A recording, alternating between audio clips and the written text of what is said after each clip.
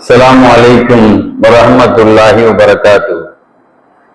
الحمد لله رب العالمين والصلاة والسلام على سيد المرسلين وآله وصحبه أجمعين. அல்லாஹுடைய நல்லடியார்களே, பெரியோர்களே, அல்லாஹ் சுப்ஹானஹு வ தஆலா அவனுடைய ரகசிய ஞானங்களில் சில விஷயங்களை மனிதனுக்கு தெளிவுபடுத்தாமல், குறிப்பாக்காமல் மறைத்து வைத்திருக்கிறான். அப்படி இஸ்லாத்திலே மறைக்கப்பட்ட முக்கியமான விஷயங்கள் நிறைய இருக்கிறது. அந்த மறைக்கிறது எதுக்குன்னு சொன்னா மனிதனுக்கு நன்மையாகத்தான் அது ஆக்கப்பட்டிருக்கிறது. ஒன்னாவது என்ன அப்படின்னா, ரசூல் ஸல்லல்லாஹு அலைஹி வஸல்லம் திக்ர்ல இஸ்முல்லாஹ்னு ஒரு திக்ர் இருக்கு அப்படின்னு சொன்னாங்க. அது எப்படிப்பட்ட திக்ர் என்று சொன்னால், அந்த திக்கரை சொல்லிக்கிட்டு அல்லாஹ்ட்ட துவா கேட்டா உடனே கபூல் ஆயிரும். அதனாலதான் அதுக்கு இஸ்முல் ஆலம் என்று பேர். மிகப்பெரிய திக்ர். அது அல்லாஹ் மறைச்சிட்டான். எப்படி லைலத்துல் கத்ர் இரவு அது இந்த இரவு தான் என்பதை அல்லாஹ் ரசூலுல்லாஹ்வுக்கு மறைச்ச மாதிரி, வெள்ளிக்கிழமை துவாவுல ஒப்புக்கொள்ளப்படக்கூடிய நேரம் வெள்ளிக்கிழமையில் ஒரு நேரம் இருக்கு என்று ரசூலுல்லாஹ் சொல்லி அது எந்த நேரம் என்பதை இஸ்லாத்திலே மறைக்கப்பட்ட மாதிரி, தொழுகையை பேணி தொழுவுங்கள், ஹாஃபிது ஸலாத் வ ஸலாத்துல் உஸ்தா, அதுவும் குறிப்பா நடுத்தொழுகையை தொழுவுங்கள் என்று அல்லாஹ் சொல்கிறானே, அந்த நடுத்தொழுகை எது எப்படி இஸ்லாத்திலே மறைக்கப்பட்ட மாதிரி. சில தாசருங்கிறாங்க, லுகருங்கிறாங்க, ஒவ்வொரு ஆளும் ஒரு கருத்து சொல்றாங்க. 25 கருத்து இருக்கு அதுல. அதே போல நாம் ஒரு வணக்கம் அல்லாஹ்வுக்கு செய்யறோம்னா இந்த வணக்கம் எந்த வணக்கம் அல்லாஹ்வுக்கு பிடிக்கும் அப்படிங்கிற விஷயத்த அல்லாஹ் நமக்கு மறைச்சிட்டான். ஏன்னா பிடிக்கிறது நமக்கு வெளிப்படுத்தினா அதை தவிர வேற எதையுமே செய்ய மாட்டோங்கிறதுக்காக. அதே மாதிரி அல்லாஹ்வுடைய கோபம் எந்த பாவத்துல இருக்கு அப்படிங்கிற விஷயத்த அல்லாஹ் மறைச்சிட்டான். ஏன்னா அது தெரிஞ்ச அந்த பாவத்தை மட்டும் தான் நம்ம செய்ய மாட்டோம், மற்ற எல்லா பாவத்தையும் செய்ய ஆரம்பிச்சோம். அப்போ அல்லாஹ்வுடைய கோபம் எந்த பாவத்தில் மறைக்கப்பட்டிருக்கிறது, அல்லாஹ்வுடைய திருப்தி எந்த அமல் இருக்கு என்பது மறைக்கப்பட்டிருக்கிறது. தொழுகையில் நடுத்தொழுகை என்ன எப்படிங்கிறது அல்லாஹ் நமக்கு ஸலாத்துல் அஸர் அப்படின்னு அல்லாஹ் சொல்லியிருக்கலாம்ல. ஏன் அல்லாஹ் அங்க நடுத்தொழுகைன்னு ஒரு சஸ்பென்ஸ் போட்டு சொல்றான்? அதே மாதிரி இறைநேசர்கள், மனிதர்களிலே இறைநேசர்கள் சஸ்பென்ஸாக மறைக்கப்பட்டிருக்கிறார்கள். தெரிஞ்சான்னு வைங்க, நம்ம ஊர்ல ஒரு இறைநேசர் இருக்குன்னு தெரிஞ்சான்னு வைங்க, ஆஸ்பத்திரியில கிடக்குற அவ்வளவு பேரும் அவுட் வாசல்ல தான் நிப்பான். ஐசி வார்டுல உள்ள அவ்வளவு பேரும் அவுட்டு அங்க நிப்பான். உலகத்துல உள்ள பணக்காரன் அத்தனை பேரும் தன்னுடைய பணத்தை வச்சு விலை பேச வந்துருவான். உங்களுக்கு எவ்வளவு நாளும் தர, எனக்கு இந்த காரியத்தை முடிச்சுட்டாங்க. ஏன்னா மந்திரத்துல மாங்காய் பறிக்க நினைக்கிறவங்க தான் நிறைய பணக்காரங்க இன்னைக்கு. அப்ப இறைநேசர்கள் அல்ல எதுக்கு மறைச்சான்னா, உலகத்துல ஒருத்தர் ஆளு மனுஷரை இறைநேசர் அல்ல வெளிப்படுத்தா இவர் தான் மனுஷன், மத்தவனா மனுஷனே கிடையாது அப்படின்னு மத்த மனிதர்கள் மனுஷனாவே மதிக்க மாட்டாங்க. அதே மாதிரி இரவிலே ஒரு நேரம் உண்டு, அந்த நேரத்திலே துவா கேட்டால் ஒப்புக்கொள்ளப்படும். அது எந்த நேரம்? 12 மணியா, 4 மணியா, 3 மணியா, அல்ல 1:30 மணியா, அது மறைக்கப்பட்டிருக்கிறது. தெரிந்தா அந்த நேரம் மட்டும் தான் நாம எஞ்சிப்போம், மற்ற நேரம் உள்ள தூங்க ஆரம்பிச்சிடும். அந்த நேரத்துக்காக 2 மணி எஞ்சாலும் தொழுகிறோம், 3 மணி எஞ்சாலும் தொழுகிறோம், 4 மணி எஞ்சாலும் தொழுகிறோமா இல்லையா? எந்த நேரத்தில் நம்ம அந்த நேரத்தில் நம்ம நமக்கு ஏதாவது நேரத்தை பிடிக்கணுங்கிறதுக்காக. இப்படி நமக்கு மறைக்கப்பட்ட ஒன்றுதான் இந்த இஸ்முல் ஆலம் என்ற ஒரு பவர்ஃபுல் திக்ர். இஸ்முல் ஆலம் என்று சொன்னாலே ரசூலுல்லாஹ்ட்ட கேட்கப்பட்டுச்சு, நாயகமே இஸ்முல் ஆலம் திக்ர் எங்க இருக்கு, அது என்னது? அதை நீங்கள் ஆல இம்ரான் சூராவில் தேடிக் சொல்லுங்கள், அது தாஹா சூராவில் இருக்கிறது என்ற சூழல். அப்ப கூட ஒரு ஏன்னா ரசூலுல்லாஹ்வுக்கு உத்தரவு இல்லை. எப்படி லைலத்துல் கத்ர் 27 தான் அப்படின்னு குறிச்சு கொடுக்கிறதுக்கு ரசூலுல்லாஹ்வுக்கு உத்தரவு இல்லையோ, அதே மாதிரிதான் வெள்ளிக்கிழமை துவா ஒப்புக்கொண்ட நேரம் இந்த நேரம். பெரும்பாலான ஆட்கள் சொல்லுவாங்க இமாம் 2 குத்துபாவுக்கு இடையில உட்கார்ந்துற நேரம்னு சொல்லுவாங்க. அது ஒரு கருத்து தான், அதுதான் கருத்து அல்ல. அதே மாதிரி அந்த பவர்ஃபுல் திக்ர் என்ன? ஸல்லல்லாஹு அலைஹி என்ன சொன்னாங்க? ஆல இம்ரான் சூரால பாருங்க என்று சொன்னாங்க. நமக்கு பக்கரா சூரால பாருங்க. எதுக்கு ரசூல் அப்படின்னு நமக்கு சொன்னாங்க? தாஹா சூராவில 3 ஆராய்ச்சி பண்ணி பார்க்கும்போது ஹய்யுன் கையூம் என்கிற வார்த்தை உள்ளது இந்த 3 சூறால தான் வருது. அல்லாஹு லா இலாஹ இல்லா ஹுவல் ஹய்யுல் கையூம் பக்ராவுல அல்லாஹ் சொல்றான். சூரா ஆயத்துல் குர்சில. ஆல இம்ரான் சூரா ஆரம்பிக்கும் போது அலிஃப் லாம் மீம் அல்லாஹு லா இலாஹ இல்லா ஹுவல் ஹய்யுல் கையூம், அங்கேயும் ஹய்யுல் கையூம் தான் ஆரம்பிக்கிறான் அல்லாஹ். தாஹா சூறாவில வானத்துல் உஜூ இல்ல ஹய்யுல் கையூம். ரசூலுல்லாஹ் என்ன சொல்றாங்க? பேரை சொல்லாம இந்த 3 சூறால வந்திருக்கு அப்படின்னு சொல்லிட்டாங்க ஸல்லல்லாஹு அலைஹி. ரெண்டாவது இன்னொரு விஷயத்தை வழங்கணும். ரசூலுல்லாஹ் பத்ர் போர் நைட்டு இருக்கு, அன்னைக்கு நைட்டு நாளைக்கு வெற்றி நமக்கு கிட்டி ஆகணும். தோல்வி ஆனோம்னா நாம தனிமைப்படுத்தப்பட்டு இந்த இஸ்லாமே நூந்து போயிரும் என்றதுல ரசூலுல்லாஹ்வுடைய போராட்டம் துவாவில மூழ்கி இருந்த நேரத்தில் அலி ரலியல்லாஹு சொல்லுவாங்களே, நான் அடிக்கடி போய் பார்க்கும் போதெல்லாம் ரசூலுல்லாஹ் யா ஐயு யா கையும் யா ஐயு யா கையும் சொல்லிக்கிட்டு தான் இருந்தாங்க. அப்படிங்கிறதெல்லாம் வச்சு பார்க்கும்போது அதுதான் இருக்கும் என்பதை நம்மளால யூகிக்க முடியுது. இன்னும் பாத்தீங்கன்னு சொன்னா தப்சீர்ல எழுதியிருப்பாங்க, நூஹ் அலைஹிஸ்ஸலாம் கப்பல் 6 மாசமா தண்ணியிலே இருந்தது. உலகம் ஃபுல்லா அழிஞ்சு 6 மாசம் கழிச்சு ரஜபு மாசம் கப்பல்ல ஏறினவங்க முஹர்ரம் மாசம் தான் 10வது பிற அன்னைக்கு தான் தண்ணி வத்திச்சு. காபத்துள்ளால தான் முதல்ல தண்ணி வத்திச்சு. அப்பதான் கீழே இறங்க 6 மாசம். அதுல இன்னைக்கு உள்ள மெட்டீரியல் மாதிரி உள்ள கப்பல் அல்ல. அந்த கப்பல் எனது மரங்களினால வலுவான கயிறுனால கட்டப்பட்டிருந்தது. கீழ் தார் பூசப்பட்டிருந்தது. இந்த தார் பூசப்பட்டு தார் இருக்கு பாத்தீங்களா, வெயில் ஆயிடுச்சுன்னா இலகிரும். அது தாருடைய தன்மையே என்னது, ஹீட் ஆயிடுச்சுன்னா இலகிரும்லங்க. தாருடைய தன்மை அதானே. அப்ப நல்ல தார் பூசப்பட்டிருந்தது. தண்ணி 6 மாசத்துல கடுமையான வெப்பமான அந்த தண்ணியில என்ன ஆயிப்போச்சு, சூடு தண்ணியா இருந்ததாம். அதுல தார் அப்படி இலக ஆரம்பிச்சுதான். நூஹ் அலைஹிஸ்ஸலாத்துடைய கப்பலுடைய அந்த இது தார் அடிச்சிருந்தாங்களா, இலக ஆரம்பிச்ச உடனே தண்ணி உள்ள நுழைய ஆரம்பிச்சு. என்ன ஆகும், பாதுகாப்பு இல்லையே. ஆண்டவா கப்பல் மூழ்கிரும் போல தெரியுது, தாறு இலகுது, அடிக்கிற வெயில்ல இந்த தண்ணியினுடைய அந்த ஹீட்ல தாறு இலகுது ஆண்டவான்னு சொன்ன உடனே அல்லாஹ் என்ன செய்தானா, நீங்க அஹியா ஷராஹியா அஹியா ஷராஹியான்னு சொல்லிக்கிட்டே இருங்கன்னு சொன்னானா. அல்லாஹ் என்ன சொல்ல சொன்னானா, அஹியா ஷராஹியா அஹியா ஷராஹியா என்று சொன்னாதான் யா ஐயு யா கையுன்னு அர்த்தம். அஹியா ஷராஹியாவுக்கு என்ன அர்த்தம், யா ஐயோ யா கையும் சொல்லி நமக்கு ரசூலுல்லாஹ் சொன்னாங்கல்ல, 3 சூறால வருது யா ஐயோ யா கையும். அது ஓய ஆரம்பிச்ச பிறகுதான் அந்த கல்லை ஸ்ட்ராங்கா இலகிட்டு வந்த அந்த தார் அப்படி ஸ்ட்ராங்கா ஆரம்பிச்சு கப்பலுடைய தண்ணி உள்ள நுழைவார நிக்க ஆரம்பிச்சு. அதனாலதான் அல்லாஹ் தஆலா அந்த சில நபிமார்கள் இப்ராஹிம் அலைஹிஸ்ஸலாத்தை நெருப்புல போட்டானே நம்ரூது, போடும்போது இப்ராஹிம் அலைஹிஸ்ஸலாத்துக்கு சொல்லப்பட்டதான், நீங்க ஏசி மாதிரி உங்களுக்கு நெருப்பு ஆகணும்னா அஹியா ஷராஹியா யா ஹய்யு யா கையும் சொல்லிக்கிட்டே இருங்க. அதனாலதான் நெருப்புக்குள்ள உட்காந்து ஜிப்ரீல் அலைஹிஸ்ஸலாத்தை ஷேர் போட்டு உட்காந்து பேசிட்டு இருந்தாங்க, தொழுதுகிட்டு இருந்தாங்க. இப்ராஹிம் அலைஹிஸ்ஸலாம் தப்சீர்ல வருதா இல்லையா, இதை பார்த்து இன்னும் உள்ள இருந்து தொழுதுகிட்டு இருக்கிறாங்க, உள்ள உட்காந்து சேர்ல உட்காந்து பேசிட்டு இருந்தாங்க. இப்ராஹிம் அலைஹிஸ்ஸலாத்துக்கு சொல்லப்பட்டது, நெருப்புக்குள்ள ஏசியா இவ்வாறு இருக்கணும்னா நீங்க என்ன செய்யணும், யா ஐயு யா கையும் என்று சொல்லிக் கொள்ளுங்கள் என்று சொல்லப்பட்டதாம்.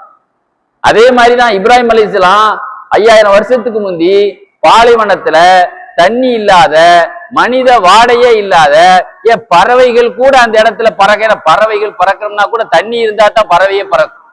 தண்ணியும் பறவை கூட இல்லாத இடத்துல தன்னுடைய பச்சை பிள்ளையோடு இருக்கக்கூடிய ஹாஜரா அம்மாவை விட்டுட்டு என்ன சொன்னாங்களாம் தெரியுமா, உங்களுக்கு ஏதாவது தேவைன்னா யா ஐயு யா கையும் ஓதிக்குங்க, உங்க காரியம் நிறைவேறுன்னு சொல்லிட்டு போனாங்களாம். என்ன சொல்லிட்டு போனாங்களா, இந்த வார்த்தையை மட்டும். அதனாலதான் ஹாஜரா அம்மா தன் பிள்ளைக்கு தண்ணிக்கா அழும்போது யா ஹய்யு யா கையும் என்று சொன்னார்கள். அதனாலதான் அவர்களுடைய புள்ள படுத்து கிடந்த இடத்துல அந்த கால் தடம் அடித்த அடியில தண்ணி வந்தது.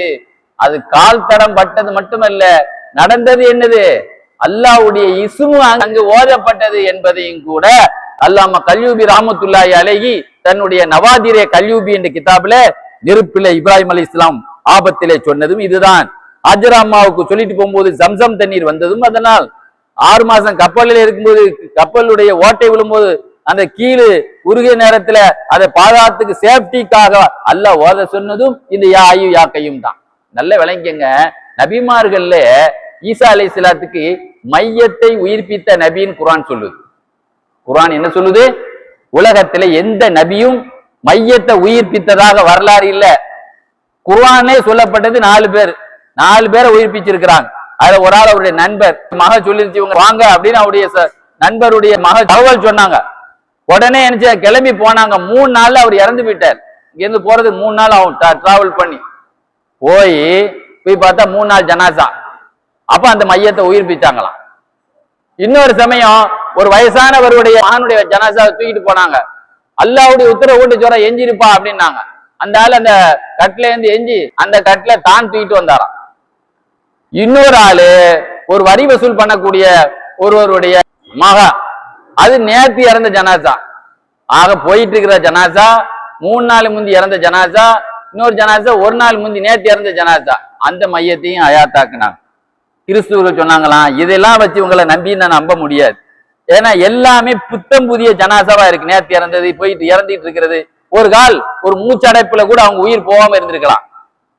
நம்ம சில நேரத்தை பாக்குறோம் இல்லை, எத்தனையோ விஷயங்கள் முன்னால ஆரம்ப காலத்துல நான் மதரசா ஓதிட்டு இருக்கிற காலத்துல, நாகர்கோயில்ல ஓதிட்டு இருக்கிற காலத்துல லைப்ரரியில ஒரு மதீனான்னு ஒரு புக் வரும்.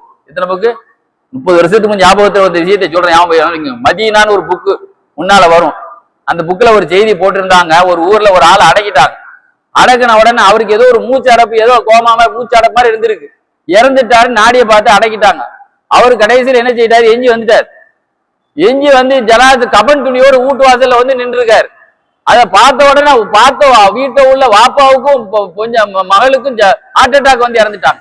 பேய் வாசல்ல வந்து நிக்குதுன்னு நினைச்சிட்டாங்க அவங்க. நெச்சத்தேவர் வந்திருக்காரு, அவர் பேய் இல்ல, அவரு ஒரு ஆளை மையத்தை அடைக்கிட்டு மையத்தை வந்து வாசல்ல வந்து நின்று மத்தியினான்னு ஒரு புக்ல போட்டு இருந்தது. நான்லாம் சின்ன பிள்ளையில படிச்ச ஞாபகம் இருக்கு. இந்த மாதிரி நடந்திருக்கு. அப்ப என்ன சொல்லிட்டான், இந்த மாதிரி புதிய ஜனாசாலாம் ஏதாவது மூச்சு அடப்பு ஏதாவது இருந்திருக்கலாம். உண்மையிலேயே இறந்தவர் அடக்கணும்னா 10,000 ஆண்டுகளுக்கு முன்னால் உள்ள ஒரு பிரமிடு தூக்கணும். 10,000 ஆண்டுகளுக்கு முன்ன உள்ள பிரமிடுகள் இருக்குல்ல இல்லையா, அது அந்த பிரமிடை தோண்டணும். எதப்ப உனக்கு பிரச்சனை எதுப்பான்னு கேட்டாங்க.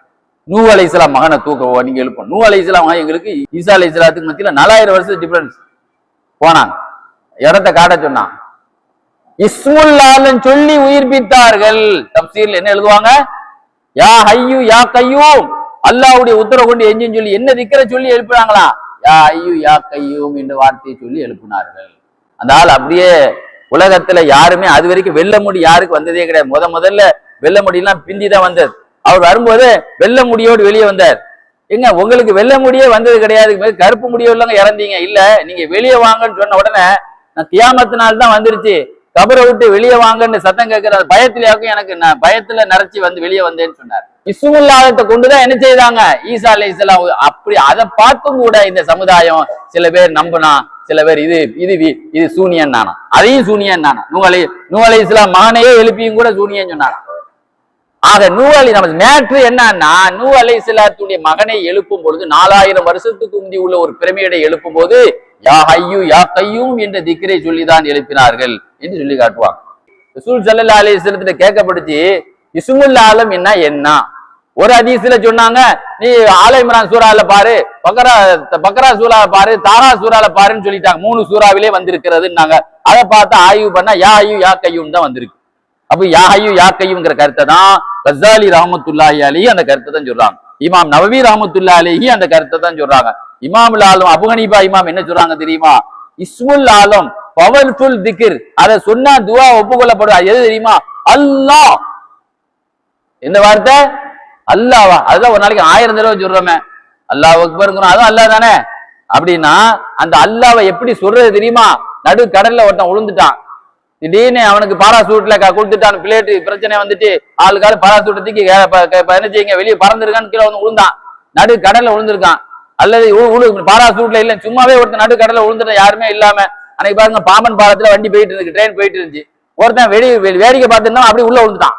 இப்ப பேப்பர்ல போட்டுதானே இல்லைங்க, பாம்பன் பாலத்துல ராமேஸ்வரத்துல பாம்பன் பாலத்துல ட்ரெயின் போயிட்டு இருக்கும்போது வெளியே நின்று வேடிக்கை பார்த்துருக்கான் ட்ரெயின்ல, அது அப்படியே உள்ளத்தி விழுந்துட்டான். உள்ள விழுந்தவன் நல்லவே ஒரு பாறையை பிடிச்சிட்டு உள்ள இருந்திருக்கான், அதனால தப்பிச்சான். இந்த மாதிரி கடல் உள்ள உழுந்த பிறகு யாருமே இல்ல நேரத்துல அல்லாஹ் யா அல்லாஹ் நம்ம கேட்கும் போது அந்த நேரத்தில் நம்ம எப்படி கேட்போமோ அந்த அல்லாஹ் நம்மளை காப்பாத்துறதுக்கு ஆண்டவனை தவிர யாரும் இல்லை என்ற உணர்வில் நம்ம கூப்பிடுவோம் இல்லையா அந்த நேரத்தில். அதனாலதான் எழுதியிருப்பாங்க கிதாபுல, யார் ஒழுவு செய்துவிட்டு 7 தடவை யா அல்லாஹ் யா அல்லாஹ் என்று சொல்லிட்டு அப்புறம் ஒரு 76 தடவை யா அல்லாஹ் என்று சொன்னால் அதுக்கு பிறகு கேட்கிற துவா கபூல் ஆகப்படும் சொல்லுவாங்க. அதே மாதிரி நீங்க பாத்தீங்கன்னு சொன்னா இஸ்முல் ஆலம் என்ன அப்படிங்கறது ஆய்வு செய்வதில் பல பேர் இஸ்முல் ஆலம் எந்தெந்த எல்லாத்துக்கும் தெரியாதுங்க. இஸ்முல் ஆலங்கிறது இறைநேசர்கள்ல விரல் விட்டு லட்சக்கணக்கான பேர் இறைநேசர் இருக்கிறாங்க. அதுல விரல் விட்டு என்றவங்களுக்கு மட்டும்தான் அது தெரியும். அந்த இஸ்முல் ஆலம் தெரிஞ்சவங்களுக்கு எல்லாம் ஒரு ஸ்பெஷல் அல்லாஹ் அவங்களுக்கு கொடுத்திருந்தான். அதுல அபு சஜாது தகலபின்னு ஒரு பெரிய ஆலிம், கேட்டா ஆச்சரியப்படுவீங்க. பாத்ரூம் போனா பூமியே முழுங்கிருமா அந்த நாத்தத்தை. அவங்க மலஞ்சலம் கழிச்சா மண்ணு உள்ள இழுத்துருமாங்க. இது யாருக்கு நடந்ததுன்னா ரசூலுல்லாஹ்வுக்கு தான் நடந்தது. இது யாருக்கு நடந்தது? சுயூத்தி இமாம் சொல்லுவாங்க, ஜாபீர் ரலியல்லாஹு சொல்லுவாங்க, எனக்கு ரசூலுல்லாஹ் ஒரு தடவை பாத்ரூம் போன பிறகு உளுந்து போய் பார்த்தேன், உள்ள அத்தர் தெளிச்ச மாதிரி இருந்தது, அங்க இருந்து மலஞ்சலம் கழிச்ச தடயமே இல்லை. ரசூலுல்லாஹ்ட்ட வந்து கேட்டேன், நாயகமே பாத்ரூம் போனீங்களா? ஆமா. எந்த தடயம் இல்லையே. நான் யாரு தெரியுமா? நாங்க எந்த கூட்டத்தில் உள்ள ஆள் தெரியுமா? மாஷருல் அம்பியா, நான் நபிமார்கள் பாரம்பரியம், நாங்கெல்லாம் அல்லாஹ்வுடைய வாடையில் படைக்கப்பட்டவர்கள். எங்களுடைய வாடைகளுக்கு எங்கள்கிட்ட இருந்து நாட்டம் இருக்காது, இந்த பூமி விழுகிரும் சொன்னாங்க ஸல்லல்லாஹு அலைஹி வஸல்லம். அது ரசூல் நபிமார்களுக்குள்ள சில சிறப்புகளை இந்த இஸ்முல்லாஹத்தை பயன்படுத்தினவங்களுக்கு அப்படிலாம் சில பாக்கியங்கள் நடந்திருக்கு. நீங்க நம்பணுங்கிறதுக்கா சொல்லல, நீங்க நம்புங்க, நம்பாம போங்க, சொர்க்கத்துக்கு போறது நீங்களே போறீங்க. நான் அதுக்கு சொல்ல வரல. யாரெல்லாம் இதை பெற்றிருந்தார்களோ, ஒரு சமயம் தின்னூல் மிஸ்ரி ரஹ்மத்துல்லாஹி அலைஹி ஒரு ஆள் வந்தார். குருவே, இஸ்முல்லாஹ்ங்கிற ஞானத்தை எனக்கு கற்றுத்தாங்க, உங்களுக்கு தெரியுமா? எனக்கு தெரியும், கற்றுத்தாங்களேன். தலையாட்டினா, தருவோம் சொல்லி தருவோம் அப்படின்னு அவன் அமைதியா இருந்தான். அவர் கூடயே இருந்தார். 1 மாசம் இருந்தார், 2 மாசம் இருந்தாரு, 1.5 வருஷம் வரை இருந்தார். சொல்லி தர மாதிரி இல்லையே குருவே, நான் கிளம்புறேன் நினைக்கிறேன், உங்கள்ட்ட இஸ்முல்லாஹ் இருக்குன்னு சொன்னீங்க, சொல்லி தரேன்னு சொன்னீங்க, தலையாட்டினீங்க, நான் 1.5 வருஷம் எதிர்பார்த்துட்டானே. அதுக்கு முந்தி நான் உனக்கு ஒரு பரீட்சை வைக்கணும், உனக்கு அதுக்கு முந்தி உனக்கு ஒரு டெஸ்ட் வைக்கணும். சில நேரத்துல பாருங்க, சில நேரத்துல பென்சில் ஊசி போடுவாங்க. அந்த நேரத்துல பென்சில் ஊசி போடுறதுக்கு இந்த உடம்பு தாங்குமாங்கிறதுக்கு இன்னொரு செட்டப் ஊசி ஒண்ணு போடுவாங்க, பாத்திருக்கீங்களா? பென்சில் ஊசி போடுற அளவுக்கு இந்த உடம்பு தாங்குமா பாக்குறதுக்காக என்ன செய்வாங்க, ஒரு சாதா ஊசி ஒண்ணு போடுவாங்க. அது தாங்கலன்னா இதை போடவே மாட்டாங்க, இல்லைன்னா ஏதாவது விபரீதம் வந்துடும். அது மாதிரி இந்த இசுமலால திக்கிற நீ சுமக்கிறதுக்கு உனக்கு தகுதி இருக்காங்கிறதுக்கு நான் ஒரு பரீட்சை வைக்கணும், டெஸ்ட் பண்ணணும்ட்டு ஒரு பார்சல் ஒண்ணு பண்ணாங்க. இந்த பார்சலை பண்ணி இந்த பார்சலை கொண்டு போய் இந்த ஊர்ல இந்த நண்பர்கிட்ட கொடுத்துருப்பா, கொடுத்துட்டு வா, அப்புறம் பார்த்துக்கணும் உனக்கு சொல்லி தரதான்னு இவங்க எந்த கொண்டு போனாங்க. என்னது நம்முடைய குரு என்ன தந்திருப்பாரு? சாம வாயை புத்திட்டு போக வேண்டியதானே. போற வழியிலே ஓபன் பண்ணிட்டான் அந்த பார்சலை ஓபன் பண்ணா உள்ள இருந்து ஒரு எலி வெளியே வந்து உண்டு. ஆக எலியை தான் பார்சல் பண்ணி கொடுத்துருக்காரு. மகான் எதைதான் பார்சல் பண்ணி கொடுத்தாங்க? கேலி பண்றதுக்கு அல்ல, இறைநேசர்களுக்கு விளையாட்டுத்தனமோ கேலி கிண்டலுங்கிறத அதெல்லாம் நம்மளோட ரத்தத்துல உள்ளது, மறந்து கூட அதெல்லாம் செய்ய மாட்டாங்க. இவனுடைய தகுதி என்னன்னு தெரியுது, இவன் லட்சணம் தான் தெரியுமே. ஒரு ஞானிகளுக்கு ஒருத்தனுடைய ஜாதகம் என்னன்னு தெரியாதவங்க உண்மையான ஞானியா இருக்க முடியாது. உடனே சொன்னாங்க, போயிட்டு வந்தாரு கோவத்தோடு, என்னங்க நீங்க இதை கொடுக்க சொன்ன, எலிய பார்சல் பண்ணி தந்திருக்கீங்க, உன்ட்ட என்ன சொன்னேன்?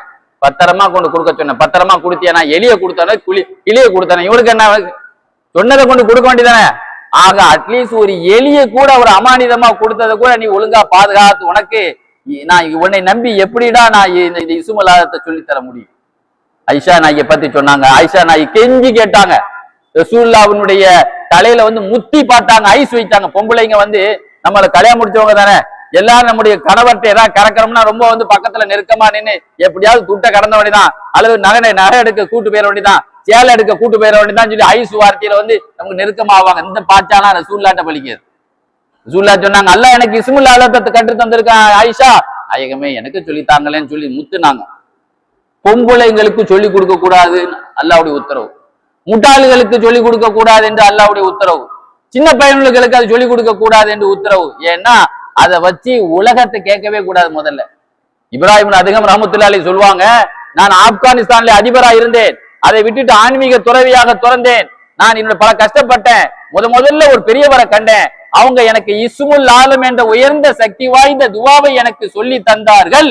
சொல்லிட்டு என்ன சொன்னாங்க, இப்ராஹிம் அதிகம் எந்த சூழலிலும் இது அமானிதத்தை நீ மிஸ்யூஸ் பண்ணிடக்கூடாது, உலக விஷயத்துக்காக வேண்டி அதை பயன்படுத்தக்கூடாதுன்னு எச்சரிச்சுட்டு போனாங்க. அதுதான் சொல்லுவாங்க, கிதிர் அலைஹிஸ்ஸலாம் பின்னால உன்னை சந்தித்தது யார் தெரியுமா? அவனை சந்தித்தது இல்யாஸ் நபியாவுக்கும் அதை சந்தித்து உனக்கு சொல்லி தந்தாங்கன்னு சொன்னாங்க. ஆக இதெல்லாம் நபிமார்களுடைய ரகசிய துறையில உள்ளது. அதே மாதிரி நீங்க பாத்தீங்கன்னா தப்சீர் ரூஹுல் பயான்ல ஒரு செய்தி எழுதியிருப்பாரு, எனக்கு இஸ்முல் ஆலத்தை கற்றுத்தாங்க அப்படின்னு சொல்லி ஒரு குரு விட்ட ஒரு ஆள் ரொம்ப நச்சரிச்சுட்டே இருந்தேன், எனக்கு அந்த இஸ்மு சொல்லித்தாங்க, எனக்கு அந்த இஸ்மு சொல்லித்தாங்கன்னு. அப்ப அவங்க சொன்னாங்க, நான் சொல்லித்தரேன், சொல்லித்தரதுக்கு முந்தி நான் ஒரு வேலை சொல்றேன், அந்த வேலையை நீங்க கேட்டுட்டு வாங்க, அப்புறம் நான் உங்களுக்கு சொல்லித்தரேன். இந்த ஊரினுடைய எல்லைக்கு போங்க, அந்த எல்லையில என்ன நடக்குதுன்னு பாங்க, பார்த்துட்டு நீங்க உணர்ச்சி வசப்படக்கூடாது, அப்படின்னு நடக்கிறத பார்த்துட்டு அப்படியே நடந்த செய்தி என்கிட்ட சொல்லணும், அப்புறம் நான் உங்களுக்கு சொல்லி தர்றதா ரெண்டாவது சமாச்சாரம். ஊருடைய எல்லைக்கு போனார். போனா அங்க ஒரு வயசான விறகு வெட்டி, காட்டுல விறகு வெட்டிட்டு அவ்வளோத்தையும் விறகு கட்டையெல்லாம் எடுத்து வச்சு ஒரு கழுதையில தூக்கி என்ன செய்யிருக்காரு, ரொம்ப கஷ்டப்பட்டு அந்த பெரியவர் என்ன செய்த விறகு வெட்டி அதை மூட்டையை கட்டி ஒரு கழுதையில ஏத்தி நீ கிளம்பும் போது ஒரு தடிப்பை அங்க ஒரு ரவுடி பை அங்க ஒரு குண்டை இருக்கான்ல, ஒரு குண்டை அவரை ஓங்கி ஒரு மிதிச்சுட்டு அவரை கீழே அடிச்சு மலத்து கீழே போட்டுட்டு என்ன செய்ய அதை தூக்கிட்டு போயிட்டான். ஆனா அவங்க சொன்னாங்க, நீ பார்க்கத்தான் செய்யணும், நீ ஒண்ணுமே செய்யக்கூடாதுன்னு தான் சொல்லியிருந்தான். இவருக்கு ஒண்ணுமே செய்யல, பார்த்துட்டு வந்து சொன்னார். பாத்தியா, ஆமா, ஒரு பெரியவர் விறகு கட்டு கஷ்டப்பட்டு வெட்டி அவ்வளோத்தையும் கெட்டி ஒரு கழுதையில ஏத்த நேரத்துல ஒரு தடியை ஒரு குண்டை அங்க வந்து என்ன செய்தான், அந்த பெரிய மனுஷனை போட்டு அடிகண்டமா அடிச்சு அவ்வளோத்தையும் தூக்கிட்டு போயிட்டான். இஸ்முல்லாலம் உனக்கு தெரிஞ்சிருந்தா அந்த இடத்துல நீ என்ன பண்ணிருப்ப, அதை ஓதி அங்கேயே அவனை நாசமா போன்னு சொல்லியிருப்பேன்னு சொன்னார்.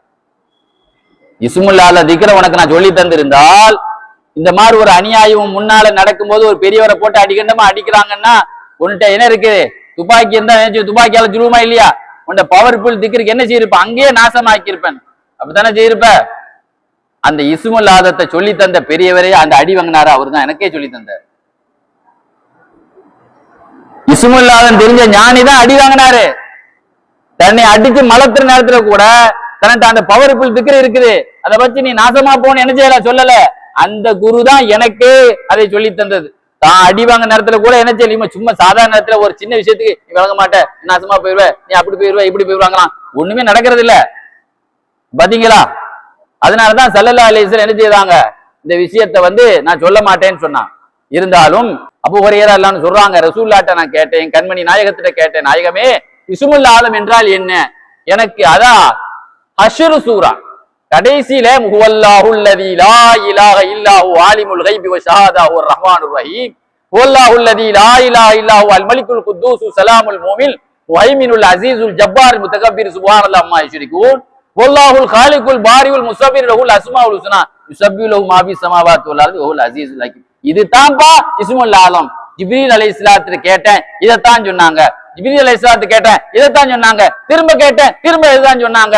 இதை காலையில் ஓதினவர்களுக்கு 70,000 வானவர்கள், 70,000 வானவர்கள் மாலை வரை துவா அவர்களுக்கு ஸலவாத் ஓதுகிறார்கள். மாலை ஓதுனா காலை வரை, சப்போஸ் இறந்து விட்டால் அவர் தியாகியாக இறக்கிறார். இதுதான் இஸ்முல் ஆலம் என்று எனக்கு ஜிப்ரீலே திரும்ப திரும்ப நான் கேட்ட கொஸ்டினுக்கு அதுதான் வச்சாங்க என்றும் ஒரு ஹதீஸ் வந்திருக்கு. அப்படி பார்த்தோம் சொன்னா இந்த விஷயத்துல நிறைய இருக்கு. அபூ தர்தா ரலியல்லாஹு அன்ஹுக்கு ஒரு பொம்பளை அடிமை பெண் என்ன செய்தா, 40 நாள் விஷம் வச்சு கொடுத்தா சாப்பாட்டுல. அப்ப அவங்ககிட்ட ஒரு தடவை சொன்னா, எஜமானே நீங்க மனிதன் தானா அல்லது நீங்க பேய் பிசாசா அப்படின்னு கேட்டா, என்ன இப்படி சந்தேகம் கேட்கிற, என்ன மனுஷனா தானே உனக்கு தெரியுது, இல்ல 40 நாள் விஷம் வச்சு சோறு தந்துகிட்டே இருக்கேன், நீங்க உயிரோடு தின்னுட்டு தாராளமா எஞ்சி போறீங்களே. பாம்புக்கு பாம்பு விஷம், ஜின்களுக்கு விஷத்தால கொல்ல முடியாது, ஜின்களை விஷத்தால கொல்ல முடியாது, மனுஷனை கொண்டுடலாம். அப்ப நீங்க சாவாம இருக்கீங்கன்னா நீங்க மனுஷனே கிடையாதுனால உங்கள்ட்ட கேட்டேன். அப்ப அவங்க என்ன சொன்னாங்க தெரியுமா, அல்லாஹ்வை நிச்சயமா திக்ர் செய்யக்கூடியவர்கள் என்ன செய்வாங்க, லா எதுரு, அவங்களை யாரும் எதையும் அட்டாக் பண்ண முடியாது. நான் எதை சொல்லி சாப்பிடுறவன் தெரியுமா, இஸ்முல் ஆலம் என்ற திக்ரை சொல்லி சாப்பிடுறவனாக்குனா, பிஸ்மில்லாஹி அல்லதி லா எதுரு மா இஸ்மிஹி ஷையுன் ஃபில் அர்தி வலா ஃபிஸ் ஸமாஇ வஹுவ ஸமீஉல் அலீம் என்ற இஸ்முல் ஆலத்தை ஓதி, அப்ப இதுவும் இஸ்முல் ஆலம் தெரியுதா? இது மாதிரி உள்ள சொல்லப்பட்ட விஷயங்கள் எல்லாம் நிறைய அதை ஓதி இதை ஓதி நிறைய ஓத வேண்டியதுதான். எதுலயா ஒண்ணு நடந்துட்டா சரி, அல்லாஹ் தஆலா இந்த திக்ரை கொண்டு இஸ்முல் ஆலத்துடைய பவரை நமக்கும் அனுபவிக்கக்கூடிய பாக்கியத்தை தந்தருள் புரிவானா. வாஹிர் தாவானா அல்ஹம்துலில்லாஹி ரப்பில் ஆலமீன். அஸ்ஸலாமு அலைக்கும் வரஹ்மத்துல்லாஹி வபரகாத்துஹு.